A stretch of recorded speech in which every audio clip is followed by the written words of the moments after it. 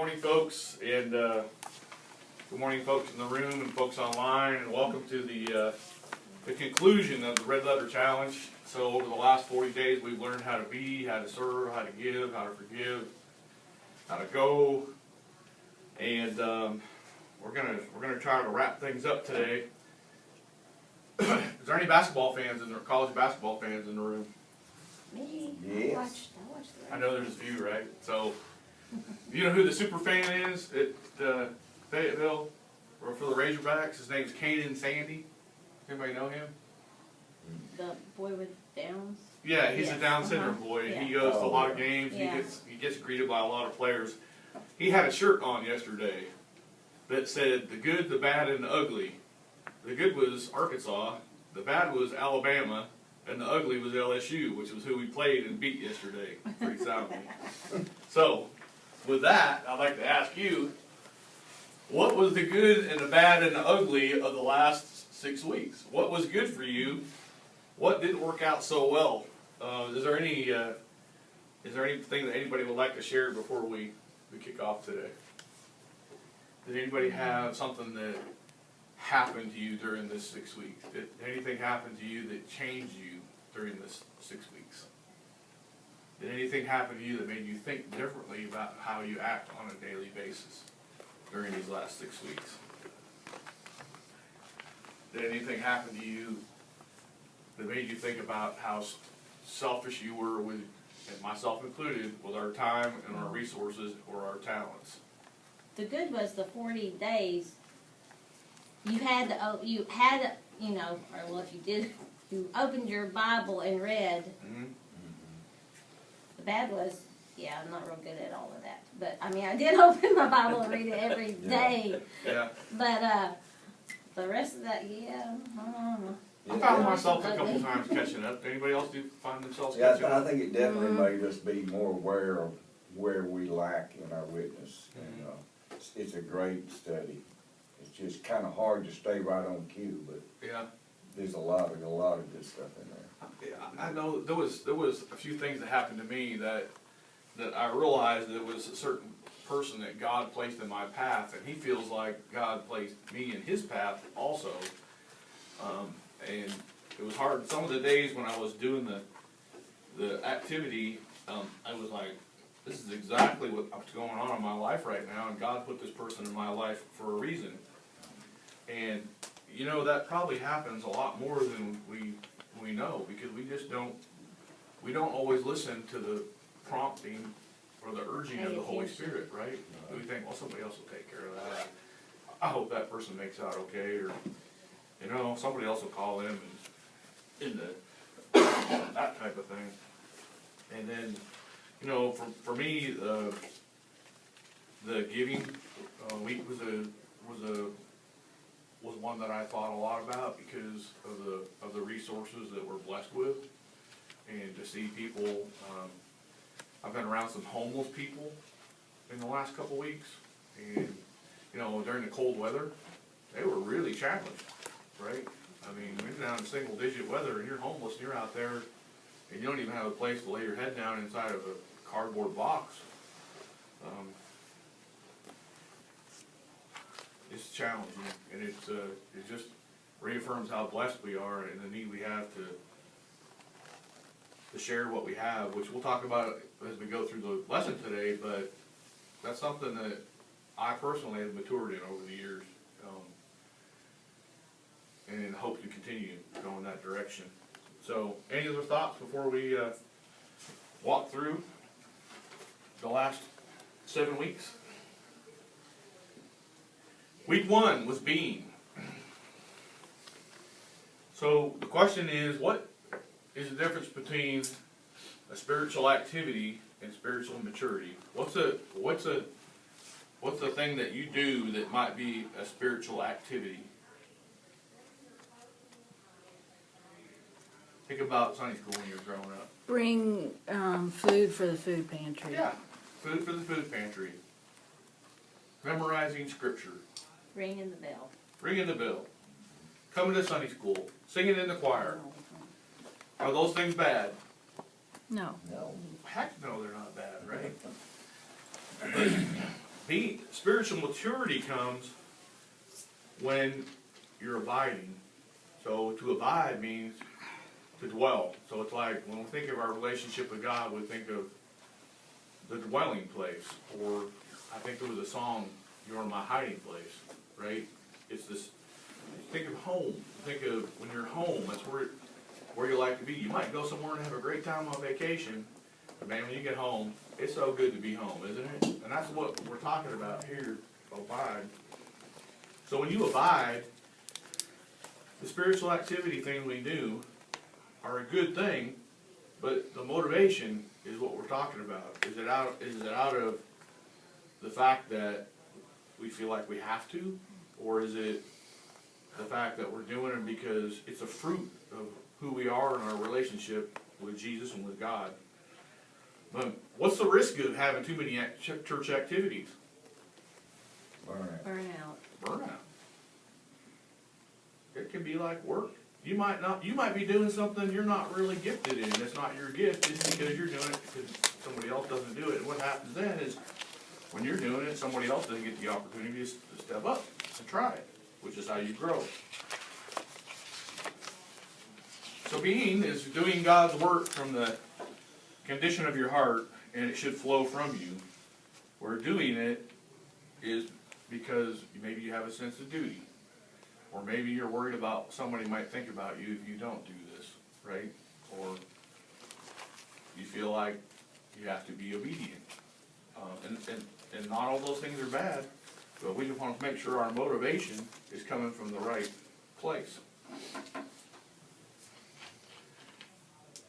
It's not about trying harder. It's about pulling closer, is a way to think about it, right? So it's not about I'm going to work till I get there. It's about being more close to God, being more in His presence. So I was thinking, this week I saw, To Tell the Truth. They had the guy on there that wrote the book, Microsoft DOS for Dummies, something like that. He wrote the very first book for dummies, and since then there's been like 700 and some books written, different books in different languages about how to set up your iPhone for dummies or whatever, right? So when I'm thinking about, is there a book that says how to abide in God's presence for dummies? I think I need one. We all need one. Yeah. We need to find that out, don't What are things we do to draw closer to God? What are some of the things we can do? We've been doing it for 40 days. What are some of the things? Giving. Giving. What about on a daily basis? we? Being His Word. Bible. What about spending time with God? Prayer. Prayer. Right? One of the things we had at my old church, we had a fellow that played the flute for the symphony in Florida, and he came in and he had a message. And what I got from that message, all we have to do is obey. If we just obey, we'll be in A1 shape. Obey. I'll say listen. What are we doing today? What are we going to do after this? Eat. Fellowship. Worship. Eat. Well, we know where We're also going to eat, we're going to fellowship, we're going to worship. We're going to worship. We're going to That was a sing good one. and praise. There you go. Right? And then eat. And one more thing. We're going to Forget. fast. Uh-oh. Oh, We're going to fast. nobody likes that one. I got to. When are you gonna do that? All right, since you brought it up, so I went to the doctor this week and got my blood test and found out my bad cholesterol is 122. So they called and said, "You're going on statin." And I said, "Oh no, I'm not. I'm not doing it. I'll control my diet." So instead of my normal bag of chips and block of cheese, last night I walked into the living room with a bag of carrots, and Mary Ann started laughing at me. Said at least they're crunchy. So, but when I get my next blood test in 2 weeks, I have to fast for 6 hours before I do that. But what's fasting? Fasting? You're giving up something. And when you give up something, what does that cause you to do? Think. Who said it? Who said it? Think. Yeah. You think about why you did it, right? and then it puts you more in God's presence. It draws you closer to God. Did anybody give up something for Lent? I normally do every year, but with this red letter challenge, I didn't. Right? I guess maybe I could for the rest of Lent. Lent just started. On Fat Tuesday, It was just, this That's Tuesday when- will be 2 weeks. 2 weeks. So we still have time if you haven't done that before. I do it. It's not about, it's about me and God when I do it. I can do anything for that long, right? Those weeks of Lent. But when you abide, or when you be in God's presence more, you'll know Him better. You'll know Him more, which leads to obedience.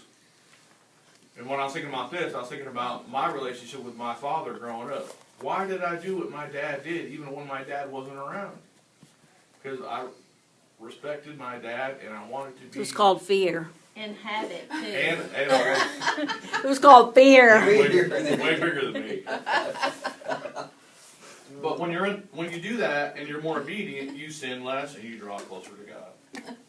So that was week 1. How are we doing on time? 9:51. We got time. Target number 2, forgiving. That's a good one. Is it easy? No. That's a good one. That's a hard one. What does that road look like? The road of forgiveness. It's a rocky road. You say bumpy. Lots of twists and turns, and it turns back on itself. Twists and turns, Kind of like a roller coaster. potholes, right? Soft edges on the road. Have you ever gotten off the edge of the road that was soft and it sucked you right over? It's hard. Never. It can be hard. But what is forgiving is not. This is what forgiving is not. It's not condoning bad behavior. It's not saying you have to keep enduring it. It's not saying you have to ignore it or deny that it happened or deny that it hurt you. And it's not saying that the person or system that did it to you does not have to be punished. It doesn't say that you stop the punishment of them, right? Forgiveness is releasing the burden. From who? Yourself. Then yourself. Mainly yourself, right? If you forgive the other person, Once you forgive the other person, they have no hold on you. right, that's right. But until you forgive them, they've got a hold on you. You're letting them control you. Yeah, a real life example recently. I love you. I pray for you every day. I'm not ready to forgive you. I will. God will help me forgive you in time. But with the right motivation. Family forgiveness is really hard, isn't it? We've experienced it in our family where for years there was a wall, a relationship wall. And we don't even know why. When it comes out the worst is when somebody dies. When we went to Dolores' funeral this week, it was amazing. It was a blended family. She was married 3 times. All 3 of her husbands died. But all of the blended family was there, and they all talked favorably about each other. And Miss Dolores even hung out with one of her husband's exes, you know. But they all were able to come together, which is a really unusual thing for that to happen. But why should we forgive people? Because it only hurts yourself if you don't forgive them. It's not hurting them That's right. because they don't care anyways, or they may not even know that you're mad at them. That could be. It could be. I mean, how many times are you in a situation where someone's mad, but you don't even know they're mad? Right. You don't know you said something that offended them. Right. And we should forgive because what's our example? Jesus. It hurts our witness. We're told to We forgive. can't, We're Right. taught to. Right. yeah. God through Jesus forgave us. Who had Luke 12:48? Can you read what Luke 12? Okay.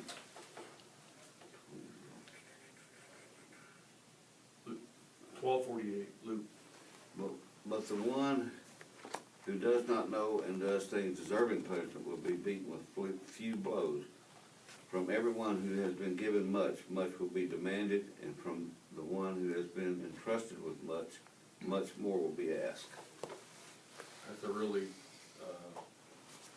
that's a really insightly verse, right? To whom much is given, much will be required. So it's costly, right? It can be costly to forgive somebody, right? Mainly to the person that was offended. But if you're abiding in God's presence, it can be easier. So you abide, you forgive. Obey and forgive. Obey and forgive. And now target number 3 was serving. Does somebody have Ephesians 2:10? I do. Will you read it, please? For we are God's workmanship, created in Christ Jesus to do good works, which God prepared in advance for us to do. We're God's what? Workmanship. Workmanship. We are God's masterpiece. I was in a house yesterday that had some significant damage to the house from the ice, from the freezing in the water. And it was supposed to be was a picture in the house that was worth a lot of money. So I Googled the person that painted it, and yeah, there's not one single painting that person has that isn't worth like close to 5 figures, right? But what's the thing about the one they had hanging in the house was, it was a copy. It wasn't the original. We're not a copy. We're his masterpiece. We're all original. And we were created for what? His purpose. Yeah, to do good works. Who is called to serve? Everyone. We are. What roles are we called for? What are some examples of roles we're called for? To witness. I'll say teacher. Teachers. Witness.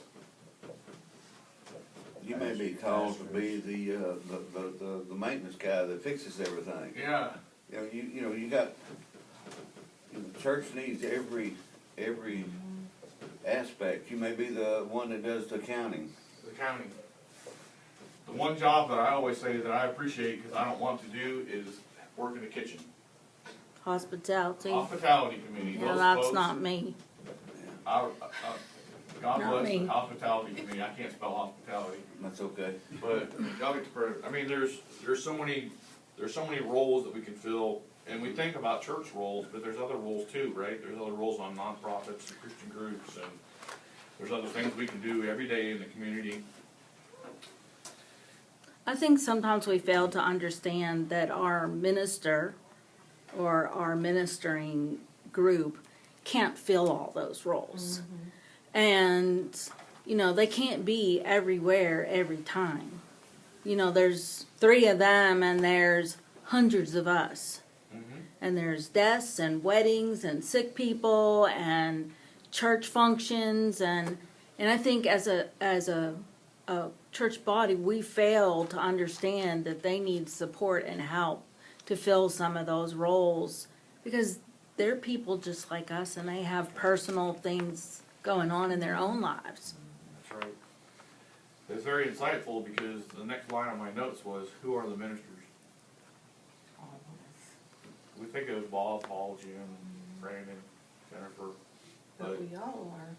Yeah, and in times like, we've gone through some really stressful times in our church in the last 12 months or so, right? And, a couple times I reached out and say, look, I'm praying for you, I'm lifting you up today because I know you have to be really dealing with a lot right now as a pastor or whatever your role is.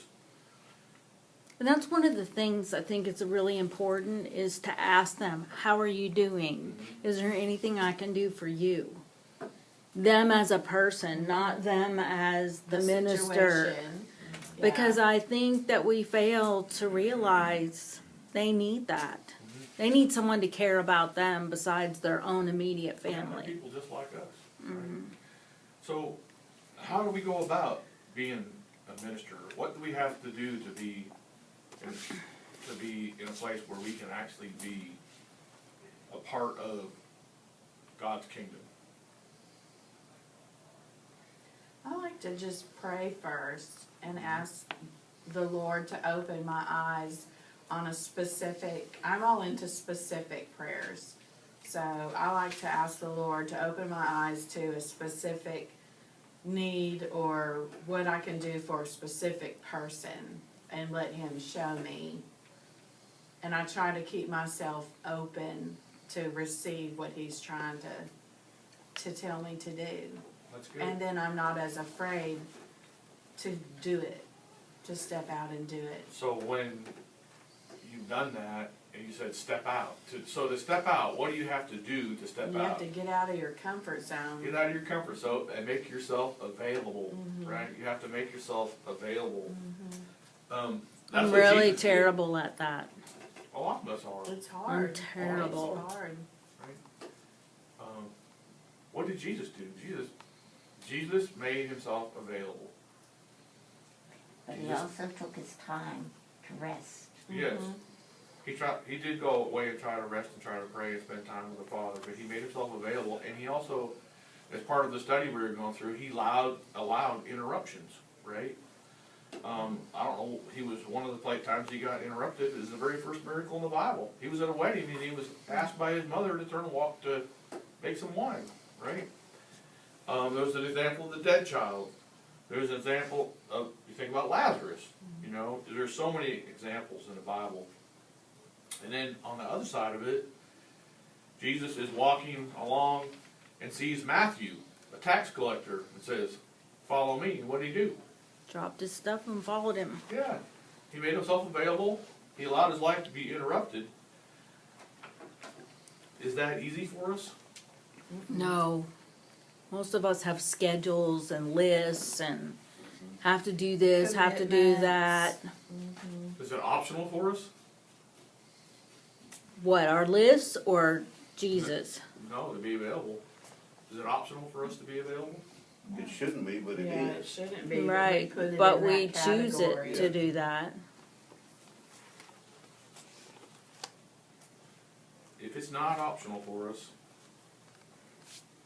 and we should allow interruptions, say,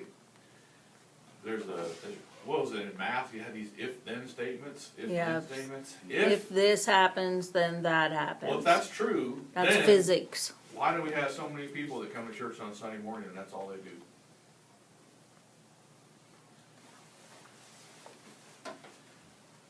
But we don't know what else they do. They may not physically do it in the church, but they may be doing other things in the community That's a good point. to witness that we're not even aware of. The studies have Like shown- I don't know who works the food pantry, but Right. somebody Right, does. that's right. I have to say, I don't know about the other areas, but my class, the old people, Oh, yeah. they are really close. And they took me right in, and we talk, almost all of us, every week. Even though we're not in Sunday school, we're always calling each other. Not about anything specific, other than to say, "Are you okay today? Is there anything you have to do, or do you need something? I'm going to the store, I'm doing this. Do you need me to do that for you?" As Scott often does for me. So not to step on anybody's toes with a comment I made, but I mean, studies have shown that 80% of the people don't give hardly a dollar to church, and 80% of the people do, 20% of the people do 80% of the activities in church. It could be, my point is, it could be so much easier and so much, we could reach so many more people and do so much more, right? Well, you know what I think too? A lot of times, people don't know what has to be done or what needs done, and they aren't asked. And a lot of people just, people that volunteer. If you would ask somebody to do something, they'd be more than willing to do it. That's a good point. Because a lot of times you might not want to say yes, but you will say yes, and then you learn from that you can do it, right? Those are those things that I call growth experiences, and that's Or- how you learn and grow. Or there's things that people would like to do, but because they haven't been asked or selected to be on that committee, they don't get the opportunity to do that, Somebody might not know their talents. right? Okay. All right, so all good discussion, very good discussion. Target number 4 was giving, and the example that was used, one of them was the widow's mite. And why did Jesus point out the widow? Because she it all. gave all she had. She gave it all. It wasn't very much, but she put herself in a position where she was totally dependent on the Lord for her sustainment. And the neat thing about that was not a command given by Jesus.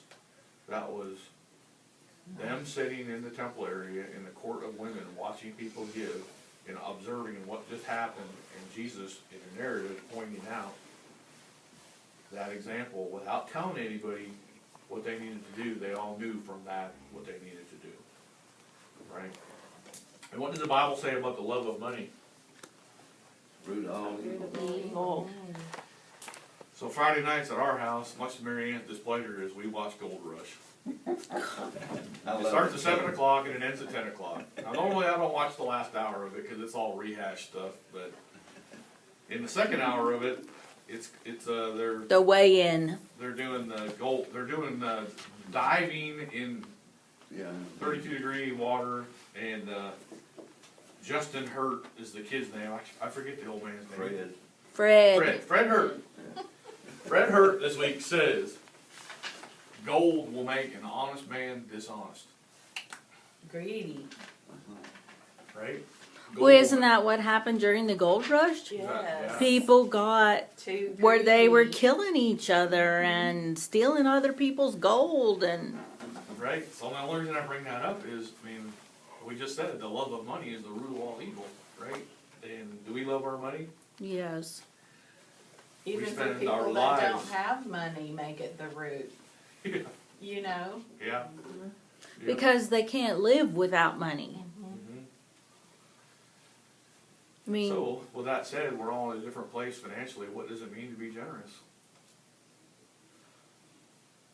Well, it's according Give to, without expectations of Anything in tooting your return. horn. you Right? should never give expecting to get, you should never loan money. You should always give it. If you can. especially family. Yes. Never, Because never loan money to family. Don't Give it to expect to them. be repaid because it's just puts a strain on the, Relationships. exactly. Well, what I tell the students at school, because I, pretty regularly, hey, can I borrow $5? I need to borrow $10. I got a flat. I tell them, I will help you, but I don't want it back. I want you to play it forward. You know, Yeah. I will give you some. Here's enough money to go have lunch. But I'll pay you back next week. No, I don't want you to pay me back next week. I want you, when you get a job, I want you to buy someone else's lunch. That way, I said, that way I don't have any hard feelings against you. I don't change your grade. You're not afraid to come talk to me. I said, if you owe me $10, you may try to start avoiding me. You don't owe me. This Yeah. is, I give it I'll do freely. that sometimes, just in line at Sonic, there'll be a car behind me and I'll be like, okay.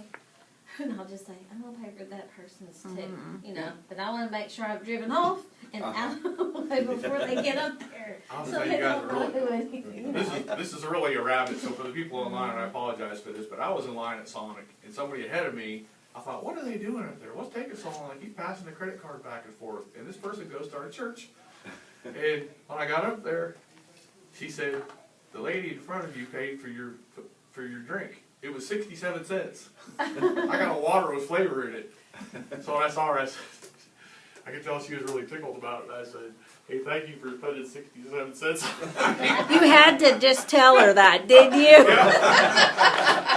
It was a thought that counts. Exactly. But what happens is when you do stuff like that for people, who really gets the most benefit from it? You do. The giver. Right? The giver. Yeah. And as you do it, it becomes easier. My wife and my deceased son were really good he was the best example of generous giving for me, and it's really a heart issue for us. A better example than me?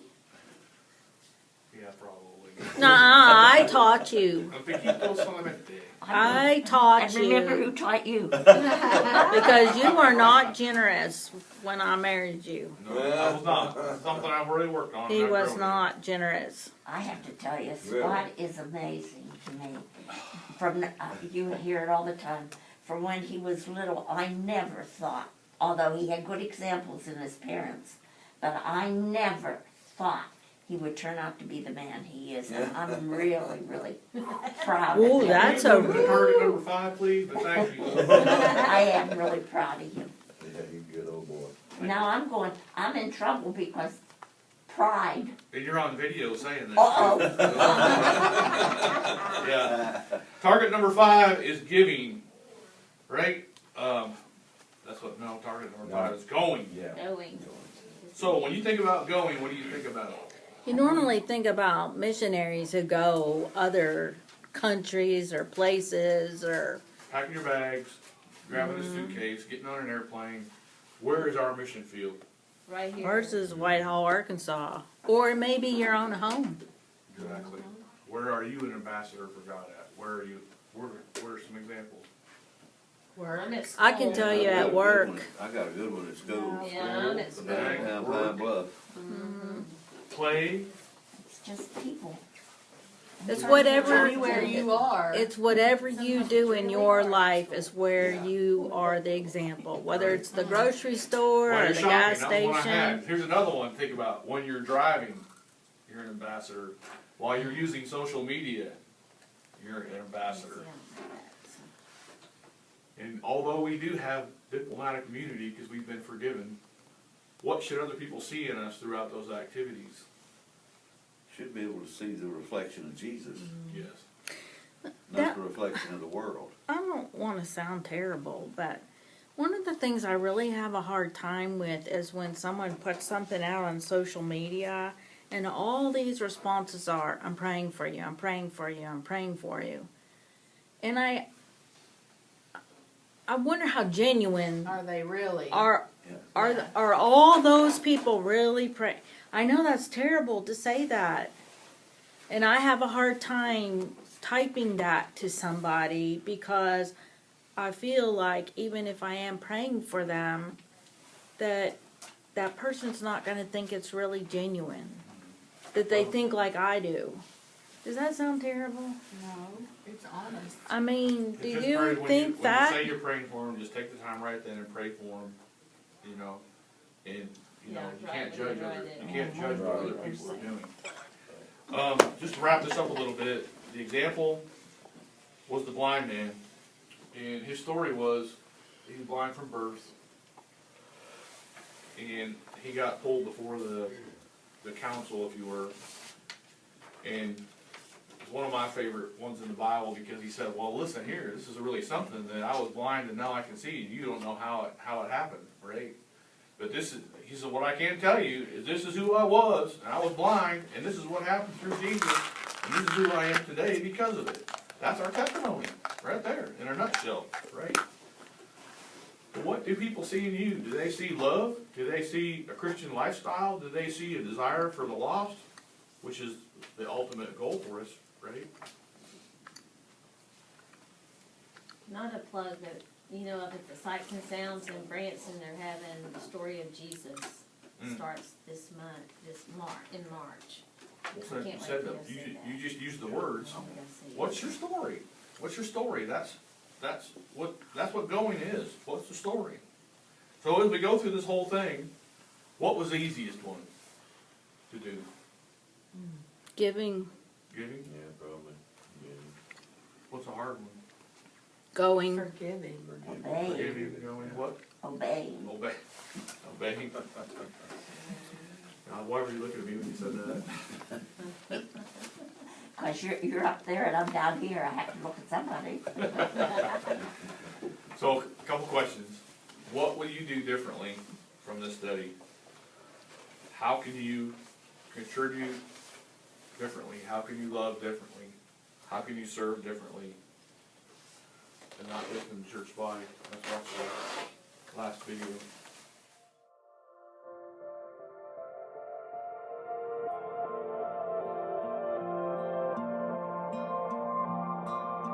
So we've been putting Jesus' words into practice for 40 days now. How'd you do? If you're like me, there were some days that were more of a struggle than they should have been, and there are also some days though that I was way more pleasantly surprised with myself and how well I did. And I hope that as you've been putting his words into practice, you've experienced a lot of joy and found a lot of fun in following after Jesus. And that's the life that Jesus invites us into, a life where we follow after him and get to put his words into practice. God puts us in a world that is lost and broken, of which you and I were at one time before Jesus saved us.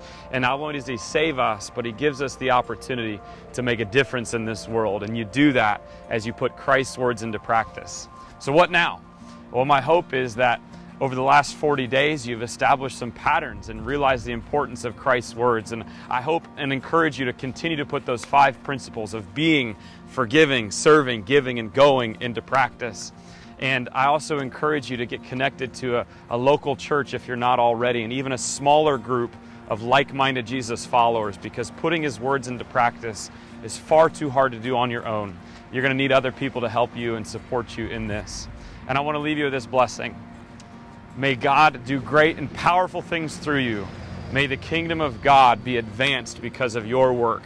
And may you, when all is said and done, hear God say to you, "Well done, my good and faithful servant."